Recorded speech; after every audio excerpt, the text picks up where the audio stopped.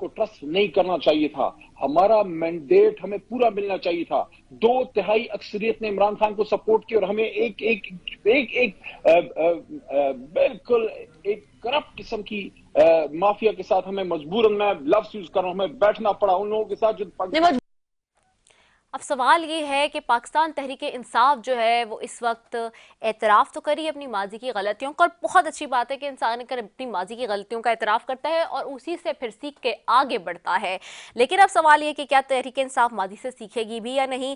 کیا P T I ایک بار پھر اسٹیبلشمنٹ کے سامنے گھٹنے ٹھیک دے گی یا پھر ماضی کی غلطیوں سے سیکھ کے کچھ نیا آگے کرے گی؟ اسی سب پر بات کریں گے. جی میرے ساتھ سب سے پہلے موجود ہے بیرسٹر اسرار احمد ہیں پی ٹی آئی سے، میرے ساتھ ایم این اے ہے محمد معین وٹو مسلم لیگ نون سے، اور لال چند ہیں صوبائی وزیر پیپلز پارٹی سے. تینوں ہمارے ساتھ موجود ہیں. جی میں سب سے پہلے بیرسٹر اسرار احمد صاحب آپ کی طرف آؤں گی. بیرسٹر اسرار احمد صاحب، آف کورس 1 سال ہو گیا اس حکومت کو، جس کا مینڈیٹ کبھی آپ ایکسیپٹ کرتے ہیں، کبھی آپ ریجیکٹ کرتے ہیں، کبھی آپ ایکسیپٹ نہیں کرتے ہیں، لیکن اب اپوزیشن کیا سمجھتی ہے، کیا اسٹریٹجی ہوگی؟ پچھلے دنوں میں دیکھ رہی تھی کہ آپ مولانا فضل الرحمان کے ساتھ بھی بیٹھے ہیں اور مختلف جماعتوں کے ساتھ، ایون عوام پاکستان کے ساتھ کے بھی جو لیڈران ہیں ان کے ساتھ بھی بیٹھے ہیں. تو یہ جو سارے ملاقاتیں ہو رہی ہیں، ان کا اب کوئی جا کے کنکلوژن بھی ڈرائیو ہوگا یا پھر یہ ملاقاتیں ہی بس ہو رہی ہیں؟ جی بسم اللہ الرحمن الرحیم.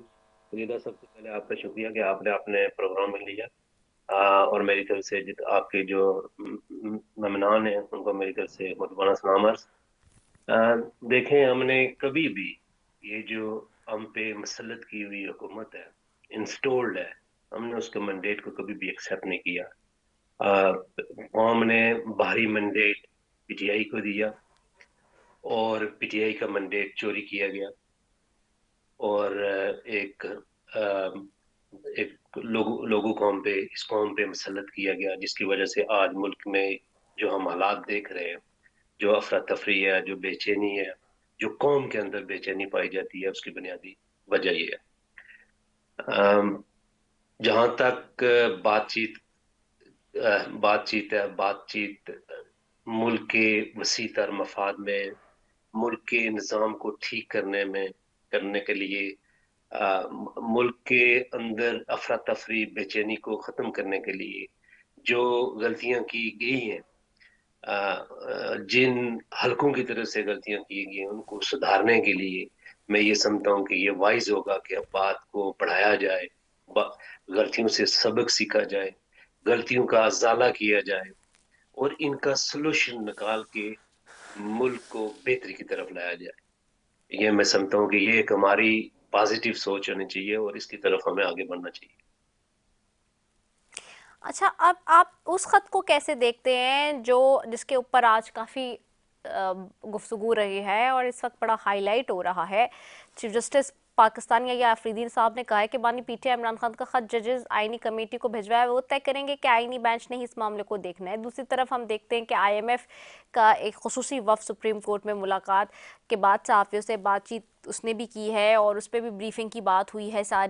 یہ ساری جو چیزیں اب ہم یہ دیکھ رہے ہیں بڑی امپورٹنٹ ہیں یہ آف کورس، کیونکہ اب آئی ایم ایف کی نیکسٹ ہم نے دیکھنا ہے کہ اسپیل بھی آنا ہے، اور وہ انہوں نے آف کورس ایک مشروط کر دیا اس سارے معاملے سے کہ انہوں نے احاطہ کرنا ہے کہ جو اس وقت سپریم کورٹ میں فیصلے کیے گئے حکومت کی طرف سے ان کی کتنی ٹرانسپیرنسی ہے. پھر انہوں نے آف کورس بیوروکریسی کی بھی ساری چیزیں مانگ لی ہیں، انہوں نے ان کے بھی جو اکاؤنٹس ہیں، ان کی سارے جو ٹیکسز ہیں اس سے ریلیٹڈ چیزیں ہی مانگ رہی ہیں.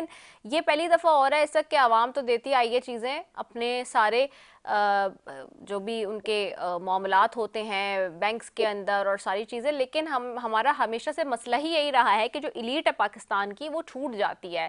جو ایک ایلیٹ طبقہ ہے وہ اپنے حالات اور معاملات کو بس ایک طریقے سے ہی چلاتا ہے پاکستان کے اندر. وہ سب کو پتہ ہے، میرے خیال سے مجھے اس کو تو بریف کرنے کی ضرورت نہیں ہے. اور اس کے جو دھماکے دار انکشافات ہیں وہ ہر کچھ دنوں میں ہم دیکھتے ہیں کہ کچھ نہ کچھ دنوں کے بعد وہ آ رہے ہوتے، کبھی پینما کی صورت میں، کبھی پیراڈائز لیکس کی صورت میں، کبھی دبئی لیکس کی صورت میں.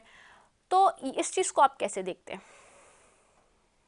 دیکھیں ریدا، یہ جو 26 امینڈمنٹ ہے اس نے نہ صرف ہمارے جوڈیشل سسٹم کو انڈرمائن کیا بلکہ بلڈوز کر کے رکھ دیا، مکمل طور پہ پولیٹیسائزڈ ہو گیا. یعنی آپ دیکھیں کہ ایک جو کمیٹی ہے وہ 12 ممبران پہ مشتمل کمیٹی، جس میں 8 پارلیمنٹرین اور 4 ججز اس پہ موجود ہیں، اور اس میں میجورٹی ان لوگوں کی جو حکومت کا حصہ ہے. اب وہ اپنی مرضی سے آپ کا چیف جسٹس لے کے آئیں گے، اپنی مرضی سے ججز اپوائنٹ کر رہے ہیں اور فیوچر میں کریں گے. یعنی مکمل طور پر ہمارے جو ہمارا جو جوڈیشل سسٹم تھا، کسی بھی جمہوری معاشرے میں جو ٹرائکاٹمی آف پاور ہے، سپریشن آف پاور ہے، جس کا وہ اس کو ختم کیا گیا اور مکمل طور پر جوڈیشل سسٹم کو پولیٹیسائز کر دیا گیا. جب آپ یہ جو ہمارا مملکت پاکستان ہے، it also belongs to international community. آپ جو انٹرنیشنل کمیونٹی ہے اس کے سینیٹری بھی ہوتے ہیں. آپ کا اپنا کنسٹیٹیوشن کہتا ہے کہ جو بھی فیصلے کیے جائیں وہ انصاف کی بنیاد پہ کیے جائیں اور لوگوں کو فیئر ہیئرنگ ملنی چاہیے. آپ نے 26 امینڈمنٹ میں یہ بھی شامل کیا گیا ہے کہ اگر کوئی جج انفیشینٹ ہوگا، انکمپیٹنٹ ہوگا، تو اس کو ریموو کر دیا جائے گا، اس کو سیک کر دیا جائے گا. لیکن آپ نے اس امینڈمنٹ میں یہ نہیں بتایا کہ اس کا کرائیٹیریا کیا ہوگا. آپ ججز کی تعداد کو بڑھا رہے ہیں، اپوائنٹمنٹ کر رہے ہیں، لیکن آپ نے اس امینڈمنٹ میں کوئی کرائیٹیریا سیٹ نہیں کیا کہ وہ ججز کیسے اپوائنٹ ہوں گے. تو جب آپ انٹرنیشنل کمیونٹی سے بلانگ کرتے ہیں، آپ کا اپنا کنسٹیٹیوشن کہتا ہے کہ آپ نے فیئر ہیئرنگ دینی ہے. وہ جب وہ فیئر ہیئرنگ نہ ملے، انٹرنیشنل لوز کہتے ہیں کہ ججز کو فیئر ہیئرنگ ملنی چاہیے. آپ کا نیچرل جسٹس کہتا ہے کہ فیئر ہیئرنگ ملنی چاہیے، جوڈیشری کو انڈیپینڈنٹلی کام کرنا چاہیے. تو اس طرح سے آپ ایسی بلائنڈلی، جہاں پہ جو اب آپ کا جو ملک اور اس میں بسنے والے لوگ ہیں ان کے ساتھ کوئی کنسلٹیشن نہیں کر رہے، with in 24 our us amendment کو آپ پاس کر لیتے ہیں. تو آپ کیا ایکسپیکٹ کرتے ہیں انٹرنیشنل کمیونٹی سے اور دنیا سے؟ کیا ایکسپیکٹ کرتے ہیں کہ وہ کرٹیسائز نہیں کرے گی، وہ انٹروین نہیں کرے گی؟ چونکہ آپ ایک انٹرنیشنل کمیونٹی سے بلانگ کرتے ہیں، تو میں یہ سمجھتا ہوں کہ ہم بلائنڈلی وداؤٹ اینی وزڈم، بغیر کسی عقل مندی کے ہم یہ ایسی بلائنڈلی امینڈمنٹس کر رہے ہیں جس سے اس مملکت پاکستان کو نقصان ہو رہا ہے، اس کی عزت و تکریم کو نقصان پہنچ رہا ہے، ہمارا جو امیج باہر ہے وہ ڈیمیج ہو رہا ہے. تو میں یہ سمجھتا ہوں کہ ہمیں بہتر فیصلے کرنا چاہیے، ہمیں اپنے فیصلوں کو ریوائز کرنا چاہیے، اور تاکہ اس ملک کو بہتری کی طرف لے کے جائیں. کوئی بھی شخص، آپ نے بات اپنے انٹرو میں یہ بات کی تھی کہ جو انٹرنیشنل پہ انویسٹمنٹ، کاروبار، لوگ پیسے آپ لینے کی کوشش کی جا رہی ہے، لیکن کون آپ کے اس ملک میں انویسٹ کرے گا؟ کون انویسٹمنٹ لے کے آئے گا؟ جس ملک میں آئین کو بلڈوز کیا جائے، جہاں پہ قانون کی حکمرانی نہ ہو، تو وہاں پہ کون آ کے انویسٹ کرے گا؟ وہاں پہ ہمیشہ انسٹیبلٹی رہے گی، اور ایسے حالات میں ملک آگے نہیں بڑھ سکتا. میں سمجھتا ہوں کہ مزید ملک کے اندر بسنے والے لوگوں کو جب ناانصافی ملے گی تو وہاں پہ افراتفری ہوگی، نفرتیں جنم لیں گی اور حالات مزید خراب ہوں گے. تو میں سمجھتا ہوں کہ اس اتنے بڑے ملک کو جو ایک اٹامک پاور ہے اس کو سنبھالنا کسی کے بس میں نہیں ہوگا، مشکل ہوگا. تو میں سمجھتا ہوں کہ یہ ہماری رائے، اس لیے ہم یہ سمجھتے ہیں کہ جب ہم بات کرتے ہیں، ایک پرامن احتجاج کی بات کرتے ہیں، اس لیے کرتے ہیں کہ یہ پرامن احتجاج جو قوم ہے اس کا بنیادی حق ہے. آپ نے اپنے اداروں کو، اپنی جو ملک کے اندر جیسی بھی حکومت ہے، چاہے وہ مسلط کی ہوئی حکومت ہو، اس کو اکاؤنٹیبل کرنا پڑتا ہے. اور یہ پرامن احتجاج جو ہے وہ آپ کو دینا پڑے گا. آپ کے اپنے آپ کا جو آئین ہے، آپ کے اپنے قوانین یہ آپ بنیادی حق دیتا ہے، آپ کا جو انٹرنیشنل لوز ہیں وہ آپ کو یہ حق دیتا ہے کہ آپ پرامن احتجاج کریں اور ملک کے اندر ایک جو گورنمنٹ ہوتی ہے، جو ادارے ہوتے ہیں، ان کو اکاؤنٹیبل کریں. آپ نے جو پیکا ایکٹ لے کے آ رہے ہیں وہاں پہ، آپ اس میں دیکھیں کہ یہ جو ہمارا میڈیا ہوتا ہے، یہ آنکھ اور کان ہوتے ہیں ٹھیک ہے، کسی بھی ٹھیک ہو گیا، ٹھیک ہے. ریاست کے. میں اس جی پہ میں آپ آتی ہوں، نیکسٹ اس میں آتی ہوں، میں ذرا دوسرے مہمانوں کی طرف بھی جاتی ہوں. معین وٹو صاحب کی طرف جاؤں گی. وٹو صاحب آواز آ رہی ہے آپ کو؟ جی جی آ رہی ہے. وٹو صاحب بہت شکریہ آپ کا. وٹو صاحب سوال وہی ہے اگین آپ سے بھی میرا کہ آج ہم نے دیکھا ہے کہ آئی ایم ایف کے خصوصی وفد نے سپریم کورٹ میں ملاقات بھی کی ہے اور چیف جسٹس پاکستان یحییٰ آفریدی سے ملاقات بھی ہوئی ہے. 26ویں آئینی ترمیم کے حوالے سے بھی بات ہو رہی ہے. ایک طرف وہ یہ بھی رکھ رہے ہیں مشروط شرط جو کہ نیکسٹ آئی ایم ایف کے بیل آؤٹ معاملے کے حوالے سے ہے اور جو بھی کستانی ہے، پلس دوسرا وہ اس وقت بیوروکریسی کے حوالے سے ان کی بڑی شرائطیں ہیں اور انہوں نے دفعہ رکھا ہے کہ بیوروکریسی میں جو بھی لوگ ہیں ان کے کھاتے بھی رکھے جائیں سامنے تاکہ پتہ چلے کہ آخرکار کیا ہو رہا ہے پاکستان میں. تو یہ جو حالات ہیں اس وقت ہم ہمیشہ سے دیکھتے آئے ہیں، یہی چیزیں تو ہم ہائی لائٹ کرتے رہے ہیں، لیکن وہ اس کو پھر بہت زیادہ کرٹیسزم کا شکار ہے کہ اگر صحافی کوئی بات بولتے ہیں تو وہ بہت بری لگتی ہے حکومتی حلقوں میں.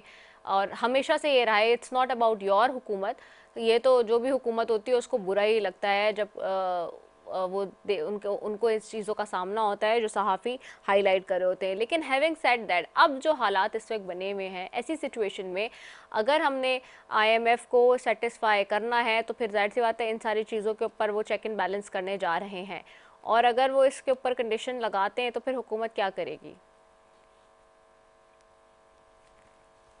سے جی عرض کروں گا کہ جہاں تک آئی ایم ایف کی شرائط کا تعلق ہے، جی وہ تو کوئی شک نہیں کہ وہ بڑی کڑی شرائط ہیں، بڑی مشکل شرائط ہیں، لیکن اس کی وجہ یہ ہے کہ ہم بھی بڑے معاشی بحران سے گزر رہے ہیں.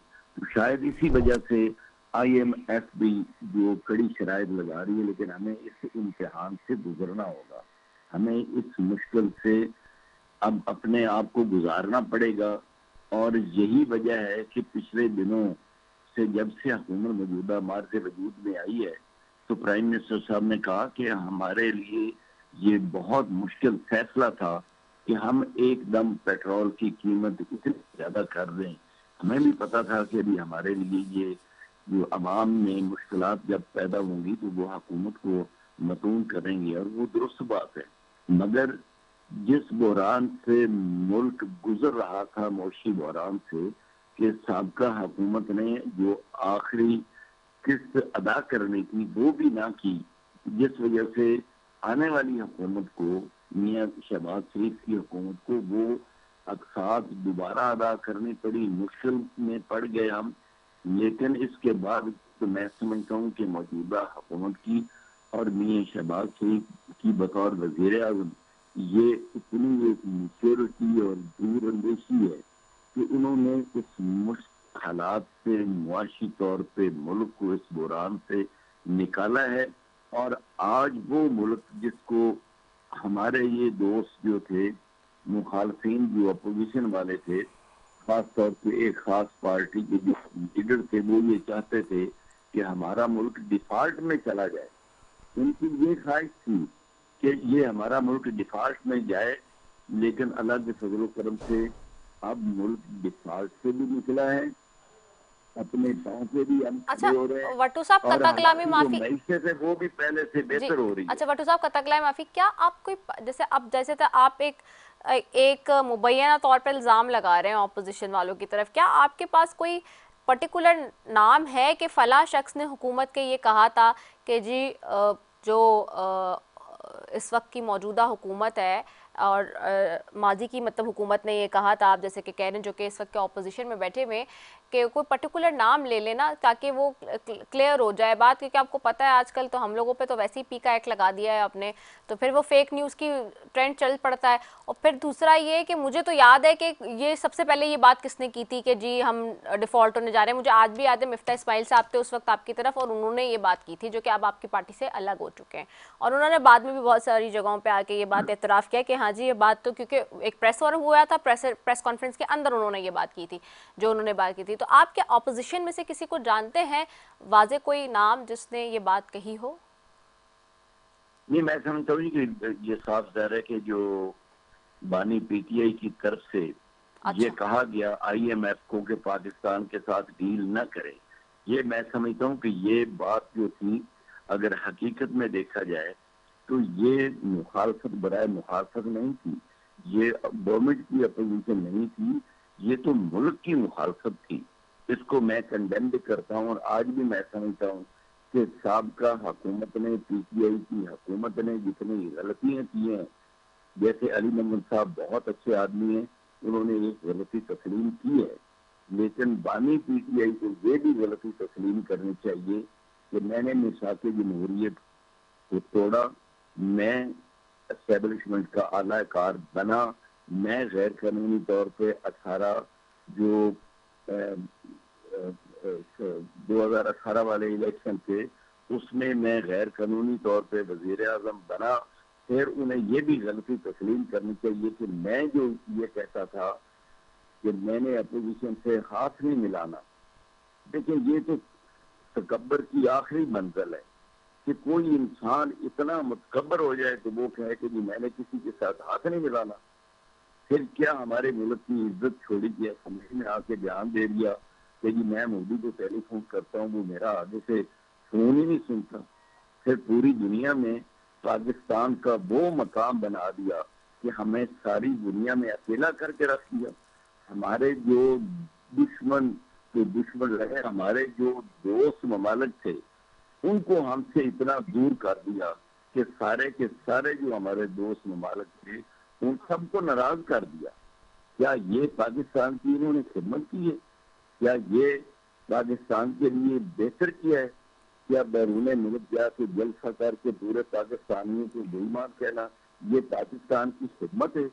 کیا بلاول بھٹو کے بطور پرائم منسٹر, بلاول بھٹو ان کے بانی پی ٹی آئی کے بیٹوں سے بھی چھوٹا ہے, اس کی نقلیں اتارنا یہ پرائم منسٹر کا معیار ہے؟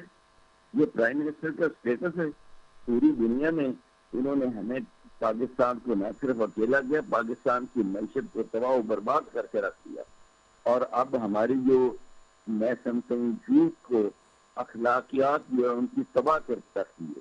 اب اللہ کے فضل و کرم سے پورے ملک میں جو اکنامک انڈیکیٹرز ہیں وہ اسٹاک ایکسچینج کی صورت میں ہیں کہ وہ ہائیسٹ پوائنٹ پہ اس وقت پاکستان کی اسٹاک ایکسچینج کے ساتھ کا تمام جو ریکارڈ جو ہیں وہ توڑے ہیں, اور اس حد تک لوگوں میں اعتماد پیدا ہوا ہے, کمیونٹی میں اعتماد پیدا ہوا ہے.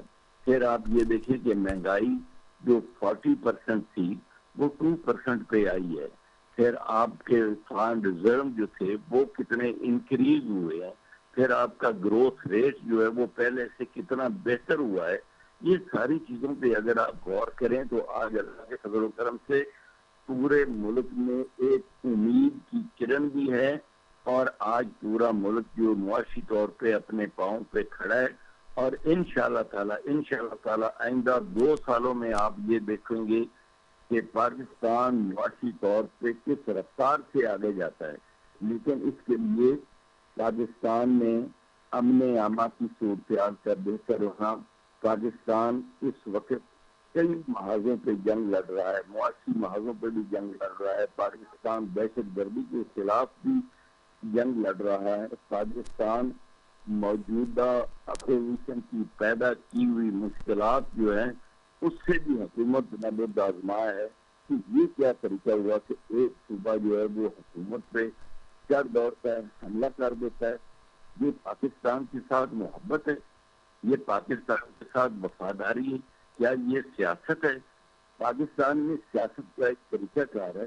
مقدمات کو عدالت میں پیش کیا جانا چاہیے, مقدمات کے لیے سڑکوں پہ نہیں آنا چاہیے. مقدمات کے لیے آپ جو وہ بم بلاسٹ کرنا شروع کر دیتے ہیں, یہ میں سمجھتا ہوں کہ یہ انتہائی ایک منفی انداز فکر ہے اور منفی طریقہ سیاست ہے, جس سے خاص طور پہ میں سمجھتا ہوں کہ پی ٹی آئی کے دوستوں کو وہ اب احتیاط کرنی چاہیے، اور میرے خیال کے مطابق کسی حد تک اب بہت ساری پی ٹی آئی کی قیادت جو ہے ان کو یہ احساس ہو گیا ہے کہ ہم سے جو سابقہ ادوار میں بہت سارے فیصلے جو غلط ہوئے ہیں وہ نہیں ہونے چاہیے تھے، لیکن ان فیصلوں سے پاکستان کا جتنا نقصان ہو چکا ہے وہ اس کی ذمہ داری ساری کی ساری جو ہے نا وہ پی ٹی آئی کی قیادت پہ ہے اور پی ٹی آئی کی جماعت پہ ہے.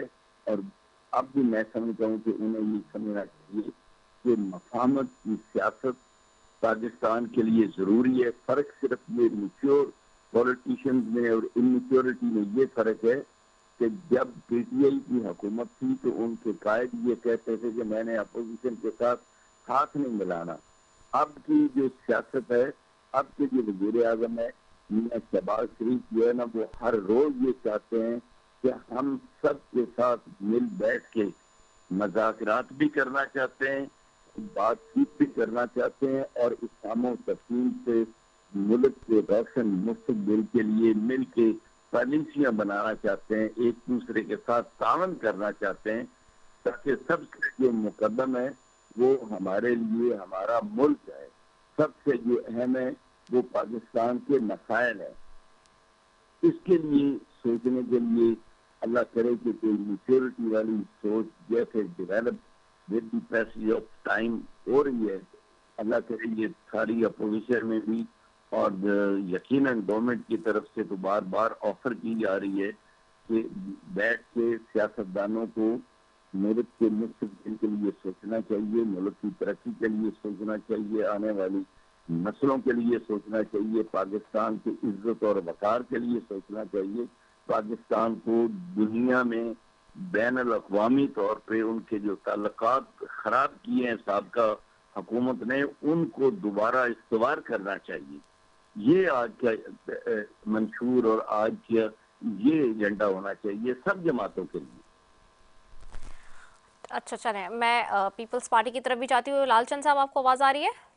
جی آواز آ رہی ہے. جی لال چند صاحب، آپ کیسے دیکھتے ہیں اس سارے معاملے کو؟ انتہائی اہم معاملہ ہے، آئی ایم ایف کا وفد سپریم کورٹ میں بھی ملا ہے، اور پھر اب بیوروکریسی کے حوالے سے بھی کھاتوں کے تفصیلات مانگ لی ہے ساری، اور اسی کے بیس پہ اگلے ان کے جو مشروط شرائطیں کنڈیشنز ہیں وہ پوری ہوں گی. اور اگر وہ نہیں سمجھتے کہ 26ویں آئینی ترمیم ہو، پی کا ایکٹ ہو، اس سے پاکستان میں جو ایک فریڈم آف اسپیچ ہے یا جو ٹرانسپیرنسی ہے اس کو کہیں نہ کہیں ہٹ مل رہی ہے، تو پھر ڈیفینیٹ سی بات ہے وہ اپنی کنڈیشنز لگائیں گے. آپ کیسے دیکھتے ہیں اس کو؟ پیپلز پارٹی کیسے دیکھتی ہے؟ ردا، میں نے دونوں کو سنا ہے، دونوں کا موقف میں نے اچھی طرح سے سنا ہے کہ ایکچولی کیا ہے کہ جو آئی ایم ایف اپنا رول پلے کر رہی ہے تو اس کا ایک اپنا فرض بنتا ہے، کیونکہ ان کو اتنا ٹرسٹ نہیں ہو رہا ہے جس انداز سے ہمارے ملک میں سیاسی صورتحال پیدا ہوئی ہے، اس میں آئی ایم ایف والوں کو لازمی خوف ہونا چاہیے. ہم نے پہلے دن سے یہ بولا تھا کہ کم از کم جو سیاست کر رہے ہیں پی ٹی آئی والے لوگ یا پاکستان مسلم لیگ نون یا پی ٹی آئی یا مولانا یا انچون والے، اس ملک کی مفاد کے خاطر کام کرنا چاہیے، ملک کو مضبوط کرنا چاہیے. لیکن افسوس سے کہنا پڑتا ہے کہ جس انداز سے پی ٹی آئی کی ہمارے پرائم منسٹر پاکستان جو عمران خان بننا تھا، انہوں نے جس انداز سے سیاست ملک میں کی وہ انتشار پھیلانے کی سیاست کی. اس انتشار کو وجہ سے آج یہ سب ہم کو مسائل فیس کرنا پڑ رہا ہے. ہم نے پہلے دن سے، آپ کو یاد ہوگا فلور پہ اپنا پریزیڈنٹ آصف زرداری صاحب نے، چیئرمین بلاول بھٹو زرداری صاحب نے بھی یہ فرمایا تھا تو عمران نیازی صاحب آپ قدم بڑھاؤ، ہم تمہارے ساتھ ہیں. اب ہم کہہ رہے ہیں کہ اب ملک کی اکانومی کافی مشکلات میں تھی، اس کو ابھی پاکستان پیپلز پارٹی نے اس ملک کو بچانے کی خاطر پاکستان مسلم نون لیگ کو سہارا دیا. کس کے لیے؟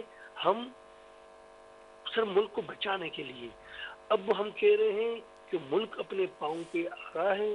جس انداز سے مہنگائی بڑھ گئی تھی اس مہنگائی کو ہم ختم تو نہیں کر سکتے ہیں، لیکن مہنگائی کو کم کیا ہے. اب ملک اسٹیبلش پہ جا رہا ہے. اب اسٹیبلش کرنے کی جگہ پہ اور اگر ہم